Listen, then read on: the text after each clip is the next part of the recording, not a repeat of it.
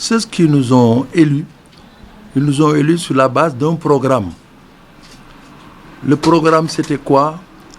C'était l'éclairage public. Le programme, c'était quoi? C'était le problème de l'éducation. C'était quoi?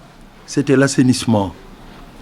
Parce que vous savez, HLM était inaccessible à partir de la police, à cause du commerce. Donc quand nous sommes venus, nous avons essayé de suivre ce programme-là, qui nous a amené à désencombrer l'avenue Cheikh Ahmed Bamba. Après désencombrement, il était prévu que l'on devait paver cette avenue et y installer quand même des parcs de stationnement et des parcs de loisirs. C'est ça la réalité. Du côté de Cheikh Ahmed Bamba comme du côté de la Corniche. C'est ce que nous avait amené. Et nous avions aussi le problème du stade qui est là, qui dure. Le promoteur qui était là avait pris des engagements avec nous. Mais dernièrement, l'explication qui nous a été donnée, c'est qu'ils sont en train de faire vérifier, puisque c'est un lieu qui reçoit du public. Donc, ils ont déjà vu tous les services de sécurité, comment on les appelle, les sociétés de contrôle Veritas et tout. Donc, ils ont maintenant le quitus, ils vont commencer le stade. Donc, ça faisait partie des informations qu'on devait donner aux populations. L'autre élément, c'était le problème de la fameuse foire, qui fait beaucoup de tâches. Or, ce n'est rien. Parce que ceux qui vous disent ne sont pas d'accord ont bien dit qu'ils voulaient faire une foire. Certains vous disent, vous avez constaté tout à l'heure, si on prenait le décompte de tous ceux qui ont dit oui, par rapport à ceux qui ont dit non, c'est peut-être la mer à boire. Mais nous n'étions pas venus pour ça. Celui qui a dit non a ses raisons de dire non. Il ne faut pas le sous-estimer. Il faut arriver, c'est pourquoi j'ai dit, celui qui a dit non, ou ceux qui ont dit non, en tant que maire, je les recevrai pour leur parler. Il y a deux attitudes possibles. Celui qui vous dit, je veux organiser une foire, mais qui ne vous offre rien d'autre qu'une taxe. Et celui qui vous dit, je veux organiser une foire, j'ai une usine de pavage, je vous fais des pavés, et moi j'ai besoin de pavés tout HLM. Tout à l'heure, en sortant, vous avez le loisir de filmer les pavés qui sont là. Donc, à partir de ce moment, nous avons estimé que raisonnablement, il n'y a pas commune mesure. Deuxième élément. Les autres vous disent, monsieur le maire, nous ne voulons pas de foire, tracez-nous des tables, nous allons nous y installer. Qui va contrôler? Et demain, c'est les mêmes qui vont vous appeler, vous, presse, pour vous brandir des récépissés, des quittances, pour dire j'ai payé 25 000 francs, j'ai payé 50 000. Ça veut dire quoi? Moi, je préfère qu'on ne me cite pas dans ça, et que un promoteur qui me fera les pavés, qui va installer son usine dans les HLM. Je dis, s'il me disait, je vais commander des pavés, je vais vous les amener, j'aurais dit non. Mais il vient installer son usine. Les jeunes des HLM vont y bénéficier. Ce qui se fera avec les jeunes des HLM, au profit des HLMois. J'ai dit, vraiment, je ne peux pas discuter de ça. On a dit, vous avez enlevé des arbres. Mais quel est le maire, quelle est la personne qui ose venir déchoucher des arbres sans autorisation? Mais on ne les a pas enlevés pour laisser des trous. Il faut savoir embellir. Mais j'ai dit, les maisons, c'était des baraques. Maintenant, c'est des bâtiments, c'est des terrasses. Aujourd'hui, c'est des immeubles. Mais j'ai dit, c'est comme ça la vie. La vie est ainsi faite. On progresse. Donc voilà le problème. Maintenant, si nous partons de l'autre côté, mais une mairie vide de par ses recettes. Si vous entrez dans ce bureau-là, vous dites le maire là, il est boss là, il a tout. Je vous dis, nous n'avons que des dettes. Nous n'avons que des dettes. Nous avons fait l'effort de prendre des jeunes des HLM qui sont courageux, qui ont tout fait, qui se sont battus. Parfois, il y en a qui ont passé des nuits de prison. Hein? Il y en a qui ont été hospitalisés, fracture de jambes. J'ai dit tout ça, on l'a fait. Et ce sont ces jeunes-là qui sont là. Du matin, du midi au soir, ils sont toujours là. On ne dort pas. On n'a pas de véhicule pour cette mairie-là. La vieille voiture qui est là, elle est là garée. Parfois, il y a même un problème de carburant pour faire déplacer les véhicules. On nous parle de panneaux publicitaires. Les panneaux publicitaires, qu'est-ce que ça rapporte? Comptez-les. Nous avons utilisé chaque panneau paye 150 000 francs, ce qui est même un forcing. Mais le taux que paye un panneau publicitaire, ça ne représente rien. Le marché, il est là. Quand on a enlevé ce padelin-là, ce padelin apportait à la commune 80 à 90 millions par mois. Nous avons préféré le mettre de côté. Donc, toutes ces personnes qui disent non, ils disent non parce qu'ils ont la hantise de marcher. C'est ça. Ce n'est pas de leur faute. Ils ont vécu des difficultés. Ils ont souffert de ça. On doit les comprendre. Mais eux aussi doivent nous comprendre pour savoir que nous n'avons que ça. Récemment, vous avez suivi le stade. Qu'est-ce qui s'est passé? Nous avons estimé que HLM doit avoir un commissariat de police. Récemment, on a tué des personnes ici. La corniche, personne n'ose s'aventurer sur la corniche. Nous avons pris une partie du terrain de la ville, de la commune, pour y édifier un commissariat.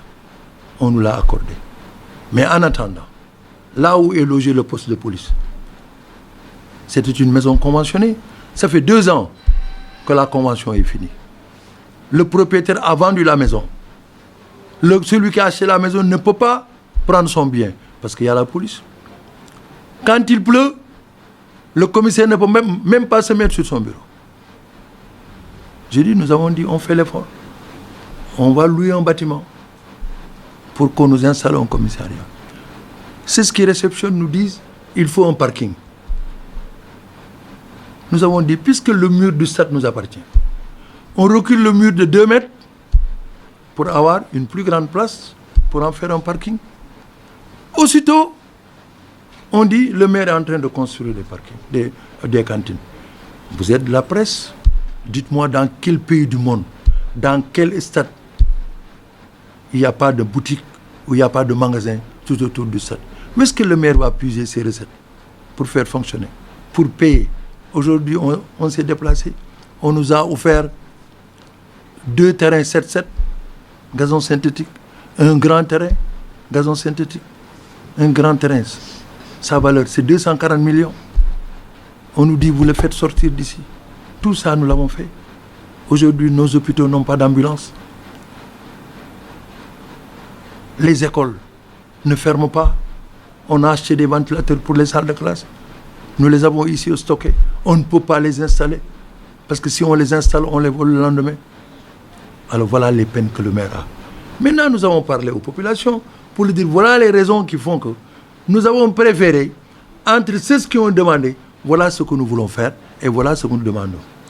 Là, monsieur le maire, donc en dernière analyse, nous pouvons considérer que le promoteur aura raison sur ceux qui n'ont pas accepté qu'il y ait une foire. Bon, peut-être que je ne dirai pas raison. Vous savez, il faut toujours qu'on mesure. Nous sommes une population, nous sommes un ensemble. J'ai dit, dans nos maisons même, il y a des oui et des non. Aujourd'hui, on dit on prépare du tchéboudienne. D'autres diront, moi je veux du mafé.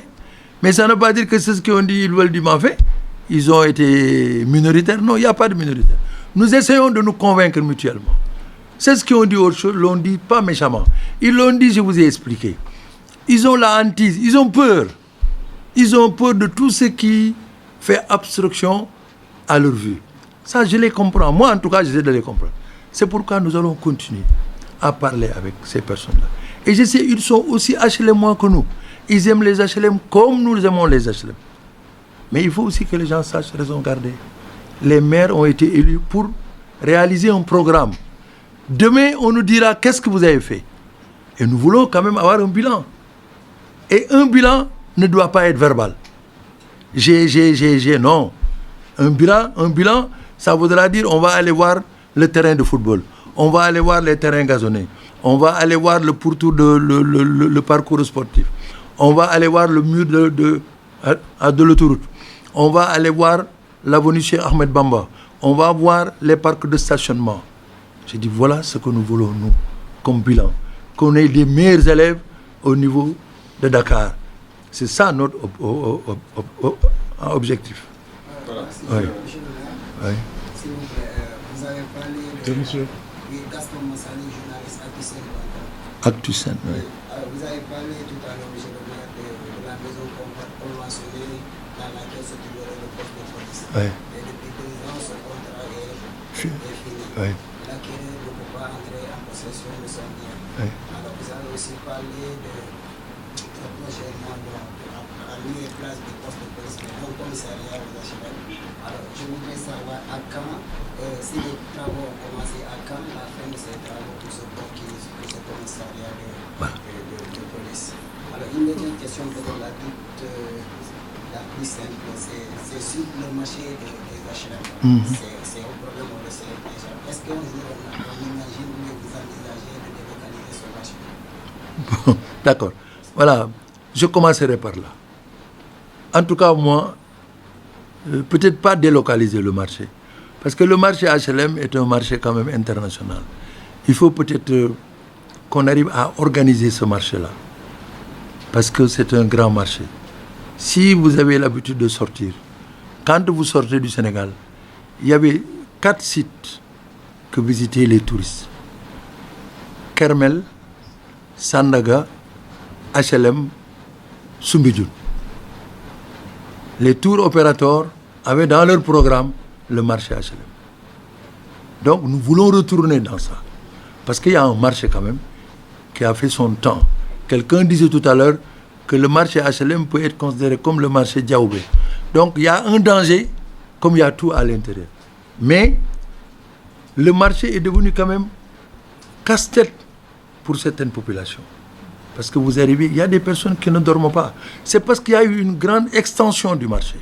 Le marché, on l'a tellement poussé que maintenant on ne reconnaît plus le marché des habitations. C'est ce qui nous gêne. Donc nous sommes en train de réfléchir. Mais si nous délocalisons le marché, je vous dis, ça voudra dire qu'il n'y aura plus de marché ici. Parce qu'aux HLM, il n'y a pas d'espace. C'est ce qui nous a amené à dire le marché X, nous devrions maintenant construire tout en hauteur. Et faire aussi une chose, arriver à ce que les marchés, un marché s'ouvre à 8h du matin, elle ferme à 17h30. Nous qui avons la chance de vivre, d'être là avant vous, peut-être, le marché Sandaga à 17h, où est-ce que vous pouvez vous trouver? Vous entendiez la sirène. Il y a une sirène qui sifflait 17h, tous les commerçants partent. Si vous allez actuellement dans tous les pays du monde, il y a des marchés hebdomadaires, des marchés qui sont organisés. Mais avant que la municipalité n'arrive, les commerçants savent qu'ils sont là à 8h du matin, à 17h ils doivent quitter, ou à 13h, à 12h30 ils prennent leur bagage. Mais ici ce n'est pas le cas. Et si nous avons peur de ça, pour parler d'autres cas, c'est que ces commerçants, si on va se donner la peine de dire on va vous installer avec des tables, ils ne quitteront plus. Ils vont rester. Par contre, avec la foire, le promoteur signe un contrat, le maire signe, il signe, on amène au commissariat, c'est visé. Le lendemain, il enlève tout. Parce qu'il n'a pas de problème avec moi. Il a un problème, lui, il a un problème avec moi. Les commerçants ont un problème avec lui. C'est leur problème. Moi, je veux que ma place qu'il avait trouvée propre, qu'il me la rende propre. Donc, l'autre élément, c'était sur... Voilà, le commissariat, je vous donne aussi la certitude. Ce commissariat, normalement, ne doit pas dépasser 18 mois. Le marché a été attribué à une entreprise. L'entreprise, je crois, il doit avoir reçu son ordre de travail. Mais dès qu'il aura reçu son ordre de travail, je ferai tout pour que la presse assiste au démarrage. Mais elle ne doit pas dépasser 18 mois. La mairie, de même, la finition de la mairie. Quelqu'un aurait dit que le maire a loué, ne veut pas sortir de là où il est parce que c'est sa maison. Il a loué la maison à la mairie. C'est pourquoi je ne veux pas aller là-bas. Mais si vous regardez ce bâtiment-là, je dis, si ce bâtiment m'appartient, vraiment, je vous invite ce soir à venir prendre le ndogo avec moi. Mais vous risquez de ne boire que de l'eau. Donc, voilà en tout cas les faits. Cette maison ne m'appartient pas. Nous sommes en location ici, dans cette maison. C'est de la même manière que je vous dirais que le marché pour la finition de la mairie, elle a été signée. Donc, il reste maintenant des procédures administratives. Peut-être que sous peu, ça va passer. Mais là, c'est des finitions. Pour le commissariat, je vous ai dit, le marché a été déjà signé, adjugé. Voilà. Monsieur le maire, Oui. j'avais juste deux questions. Oui. Tout d'abord, vos problèmes, vous les avez étalés. Je voudrais savoir si ces problèmes ont une relation avec l'acte 3 de la décentralisation, mais c'est des problèmes que vous avez évités. Non. Et pour la deuxième question, tout à l'heure, je vous ai entendu aussi faire votre bilan et des perspectives, mais apparemment, nous de la presse, lorsqu'on nous parle des marchés, du marché des HLM, c'est tout le temps des incendies, pratiquement. Et je ne vous ai pas entendu tout à l'heure vraiment fustiger ces franchement clandestins qui sont vraiment la cause de ces incendies. Voilà. Sur ce qui est de l'organisation du marché et des dangers, vous m'excusez, j'en ai tellement parlé que parfois c'est une routine pour moi. Et ce qui est plus grave, c'est que ces installations clandestines viennent des domiciles aussi. C'est des riverains qui acceptent de vendre le courant à ces marchands. Donc ça, je dis, je l'ai fustigé. J'ai refusé qu'ils s'installent. Vous savez, parfois, vous avez parlé de l'acte 3. L'acte 3 n'est pas fini. L'acte 3 est à ses débuts. Moi, ce que je constate, c'est que nous, je vous ai expliqué et je l'ai dit, quand nous sommes arrivés, on nous a dit, vous êtes une commune de plein exercice. On me donne toutes les charges, ce que les populations ne savent pas. Aujourd'hui, je fais partie des communes les plus aisées. Parce que là-haut, on pense qu'ici, il y a un marché qui apporte beaucoup d'argent, tout est là. Or, ce n'est pas le cas. Ce n'est pas le cas. Donc moi, je ne peux pas, parce que on ne peut pas toujours se cacher pour dire l'acte 3. Il faut que les populations nous laissent aussi réfléchir, agir nous-mêmes pour pouvoir trouver nos ressources. Parce que regardez toutes les communes. Vous êtes des journalistes. Dans quelle commune on n'organise pas de foire? Vous êtes là? Vérifiez, dites-moi, telle commune n'organise pas de foire. Dans quel stade, vous avez vu un stade où il n'y a pas de cantine tout autour du stade? Dans quel pays on l'a? Nous, on nous interdit tout ça. On nous interdit tout ça. Tout ce que vous touchez, on vous dit non, non, non, on n'est pas d'accord, on n'est pas d'accord, on n'est pas d'accord. Un stade, le personnel du stade, il faut le payer. L'électricité du stade, mais on ne vous le donne pas gratuitement. J'ai le centre de santé, le poste de santé, il n'y a pas d'ambulance. Nous nous sommes débrouillés pour trouver des médicaments qu'on va donner samedi aux populations. Parce que, je dis, dire que peut-être, bon, nous fustigeons tout, hein. Vous savez, les branchements clandestins, mais on a tout fait. Quand il y a eu l'incendie, vous avez tous vu, qui a reconstruit les cantines? Qui a donné l'autorisation? Qui a reconstruit les... Mais vous savez, moi je suis maire, quand il y a un problème comme ça, l'État est là. Ils sont venus, ils ont constaté. Et le ministre disait qu'il devait nous recevoir. Ils n'ont même pas attendu que le ministre nous reçoive. Ils disent qu'ils ont besoin de vendre, ils ont besoin de faire cela. Alors je vais me mettre encore à me battre avec des gens. Et quand il y a eu cet incident, la veille, je suis passé à 23 heures. Vous savez ce qui provoque les incendies? C'est très simple. Vous achetez une prise chinoise. Vous êtes là, en train de coudre, de 8 heures du matin à 23 heures. Vous vous épuisez, il y a coupure de courant, vous partez. Vous ne débranchez pas. Le courant revient en force. Tout le marché aurait pris feu s'il n'y avait pas ces séparations-là. Et pourtant, c'est ce qui avait fait ça, n'avait pas mis là-bas des cantines. C'était des tables. C'est devenu des cantines. Il faut que les populations comprennent que nous ne sommes pas là pour gâcher l'atmosphère. Nous sommes là comme eux, nous voulons quand même qu'au point de vue, en tout cas, commune, que nous soyons la meilleure commune.